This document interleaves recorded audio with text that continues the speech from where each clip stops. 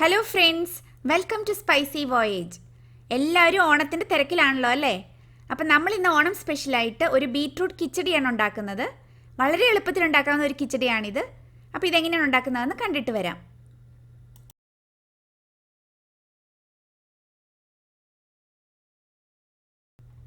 കിച്ചടി ഉണ്ടാക്കാൻ വേണ്ടിയിട്ട് ഞാനിവിടെ ഒരു മീഡിയം സൈസ് ബീട്രൂട്ട് എടുത്തിട്ടുണ്ട്.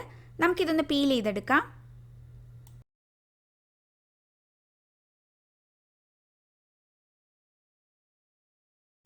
ഇനി ഈ ബീട്രൂട്ട് നമുക്കൊന്ന് ഗ്രേറ്റ് ചെയ്തെടുക്കാം. ബീട്രൂട്ട് ഇവിടെ ഗ്രേറ്റ് ചെയ്തെടുത്ത് വെച്ചിട്ടുണ്ട്. ഇനി ഇത് നമുക്കൊന്ന് മാറ്റി വെക്കാം.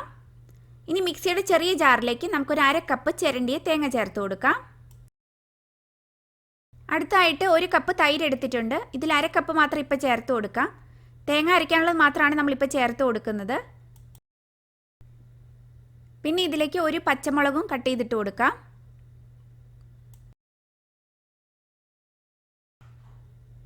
ഒരു 2 നുള്ള് ജീരകവും ചേർക്കാം. ഇനി ഇത് നന്നായിട്ട് ഒന്ന് അരച്ചെടുത്തോണ്ട് വരാം. ഇപ്പോൾ ഇവിടെ ഇത് നന്നായിട്ട് അരച്ചെടുത്തോണ്ട് വന്നിട്ടുണ്ട്. ഇനി ഇത് നമുക്ക് ഈ ബൗളിലേക്ക് ഒഴിച്ചു കൊടുക്കാം. ഞാനിപ്പോൾ ഇവിടെ ഈ കിച്ചടി ബീട്രൂട്ട് വേവിക്കാതെയാണ് ഉണ്ടാക്കുന്നത്. അപ്പോൾ ഇനി വേവിച്ചിട്ടുണ്ടാക്കണം എന്നുള്ളവർക്ക് ഈ ബീട്രൂട്ട് കുറച്ച് എണ്ണയിലൊന്ന് വഴറ്റിയെടുത്താൽ മതി. ഇനി ഇത് നമുക്ക് നന്നായിട്ടൊന്ന് മിക്സ് ചെയ്തെടുക്കാം.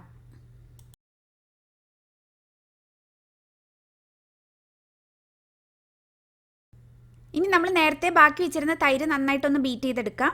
അതിലെ കട്ടകളൊക്കെ ഒന്ന് ഉടച്ചെടുക്കാനാണ്. വേണമെങ്കിൽ നമുക്കിതൊന്ന് മിക്സിയുടെ ജാറിലിട്ട് അടിക്കാവുന്നതാണ്. പക്ഷേ ഇത് 1/2 കപ്പല്ലേ ഉള്ളൂ ഇനി. അപ്പോൾ ഇങ്ങനെ ചെയ്യേണ്ട ആവശ്യമുള്ളൂ.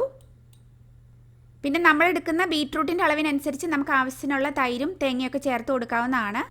ഇനി നമുക്ക് ഈ തൈര് ഇതിലേക്ക് ചേർത്ത് കൊടുക്കാം. ഇനി ഇതിലേക്ക് പാകത്തിനുള്ള ഉപ്പിട്ട് കൊടുക്കാം. ഇപ്പോൾ ഇവിടെ ഒരു 1/2 ടീസ്പൂൺ ഉപ്പിട്ട് കൊടുക്കുന്നുണ്ട്. ഇനി ഇത് നന്നായിട്ടൊന്ന് മിക്സ് ചെയ്തെടുക്കാം.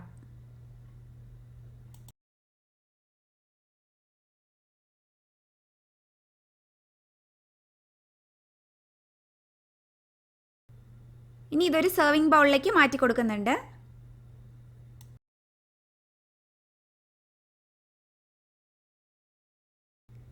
ഇനി ഇതിലേക്ക് എണ്ണയിൽ കുറച്ച് കടുകൊക്കെ പൊട്ടിച്ച് നമുക്ക് വറവിട്ട് കൊടുക്കാം. ഇപ്പോൾ ഇവിടെ ഒരു പാൻ ചൂടായിട്ടുണ്ട്. നമുക്ക് അതിലേക്ക് കുറച്ച് വെളിച്ചെണ്ണ ഒഴിച്ചു കൊടുക്കാം. ഇതിലേക്ക് കുറച്ച് കടുകിട്ട് പൊട്ടിക്കുന്നുണ്ട്.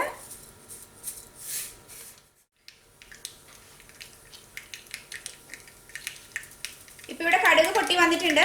ഇതിലേക്ക് ഉണക്കമുളക് ഇട്ട് കൊടുക്കാം. ഞാൻ സ്റ്റൗവിൻ്റെ ഫ്ലെയിം ഓഫ് ചെയ്ത് കൊടുത്തിട്ടുണ്ട്. ഇതിലേക്ക് ഒരു ചെറിയൊരു തണ്ട് കറിവേപ്പില ഇട്ട് കൊടുത്തിട്ടുണ്ട്.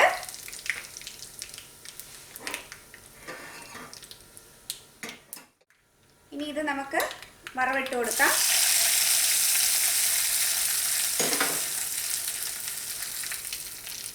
അപ്പം നമ്മുടെ ബീട്രൂട്ട് കിച്ചടി ഇവിടെ റെഡി ആയിട്ടുണ്ട്.